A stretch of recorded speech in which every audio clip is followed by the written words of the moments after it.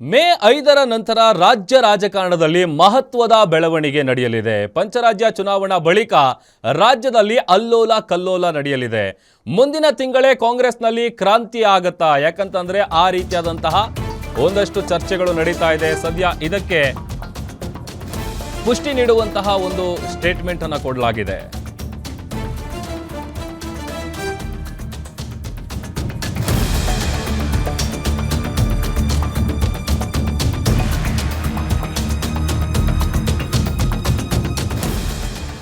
ಪಂಚರಾಜ್ಯಗಳ ಚುನಾವಣೆ ಫಲಿತಾಂಶ ಮೇ 4ರಂದು ಹೊರಬೀಳುತ್ತೆ. ಮೇ 5ರ ನಂತರ ಅಂದ್ರೆ ರಿಸಲ್ಟ್ ಬಂದ ನಂತರದಲ್ಲಿ ರಾಜ್ಯ ರಾಜಕಾರಣದಲ್ಲಿ ಮಹತ್ವದ ಬೆಳವಣಿಗೆ ಆಗತ್ತಾ?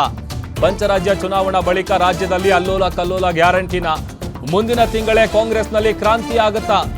ರಾಜ್ಯದಲ್ಲಿ ರಾಷ್ಟ್ರಪತಿ ಆಳ್ವಿಕೆ ಬರುತ್ತೆ ಅಂತ ಹೊಸ ಬಾಂಬ್ ಹಾಕಿದ್ದಾರೆ. ತುಮಕೂರಿನಲ್ಲಿ ಬಿಜೆಪಿ ಶಾಸಕ ಸುರೇಶ್ ಗೌಡ ಅವರು ನುಡಿದಿರುವಂತಹ ಭವಿಷ್ಯ ಇದು. ಕಾಂಗ್ರೆಸ್ನಲ್ಲಿ ಹಲವು ಮಂದಿ ಸಿಎಂ ಆಗಬೇಕು ಅಂತ ರೇಸ್ನಲ್ಲಿದ್ದಾರೆ. ಆದರೆ ಕಾಂಗ್ರೆಸ್ನೊಳಗೆ ಕಿತ್ತಾಟದಿಂದಾಗಿ ರಾಷ್ಟ್ರಪತಿ ಆಳ್ವಿಕೆ ಬರುತ್ತೆ ಅಂತ ಬಿಜೆಪಿಯ ಶಾಸಕ ಸುರೇಶ್ ಗೌಡ ಸ್ಫೋಟಕ ಸ್ಟೇಟ್ಮೆಂಟ್ ಕೊಟ್ಟಿದ್ದಾರೆ.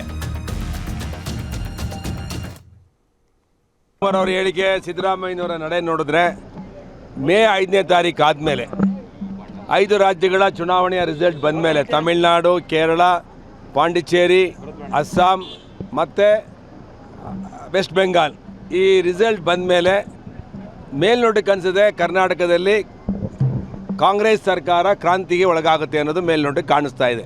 ಡಿ ಕೆ ಶಿವಕುಮಾರ್ ಅವರು ನಿನ್ನೆ ಹೇಳಿಕೆ ಕೊಟ್ಟಿರುವಂಥದ್ದು, ನಿನ್ನೆ ಸಿದ್ದರಾಮಯ್ಯನವರು ಅವ್ರ ಮನೆಯಲ್ಲಿ ಆತ್ಮೀಯ ಬಳಗವನ್ನು ಕರೆದು ಮಾತಾಡಿರುವಂಥದ್ದು, ಅದಾದಮೇಲೆ ಜಾರಕಿಹೊಳಿಯವರು ಸತೀಶ್ ಜಾರಕಿಹೊಳಿಯವರು ಕೊಟ್ಟಿರುವಂಥ ಹೇಳಿಕೆಗಳನ್ನು ಗಮನಿಸಿದ್ರೆ ಏನೋ ಒಂದು ಗೊಂದಲಗಳಾಗೋ ರೀತಿಯಲ್ಲಿ, ಕ್ರಾಂತಿ ಆಗೋ ರೀತಿಯಲ್ಲಿ ಮೇಲ್ನೋಟಕ್ಕೆ ಕಾಣ್ತಾ ಇದೆ. ನನಗನ್ಸುತ್ತೆ ಮೇ 5ನೇ ತಾರೀಕು ಆದಮೇಲೆ ರಾಜ್ಯದಲ್ಲಿ ರಾಷ್ಟ್ರಪತಿ ಆಳ್ವಿಕೆ ಬರುತ್ತೆ ಅಂತೇಳಿ ಮೇಲ್ನೋಟಕ್ಕೆ ಕಾಣಿಸ್ತಾ ಇದೆ.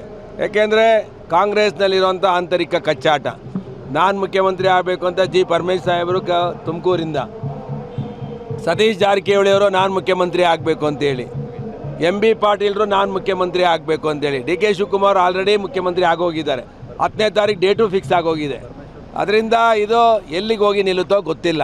ನನಗನ್ಸುತ್ತೆ ಇದು ಜನಪರ ಅಲ್ಲದ ಸರ್ಕಾರ, ಭ್ರಷ್ಟ ಸರ್ಕಾರ. ಇದು ಎಷ್ಟು ಬೇಗ ತೊಲಗುತ್ತೋ ಅಷ್ಟು ಬೇಗ ಕರ್ನಾಟಕಕ್ಕೆ ಒಳ್ಳೆಯದು ಅಂತೇಳಿ ಜನ ಇಡೀ ಶಾಪ ಆಗ್ತಾ ಇದ್ದಾರೆ. ಇದು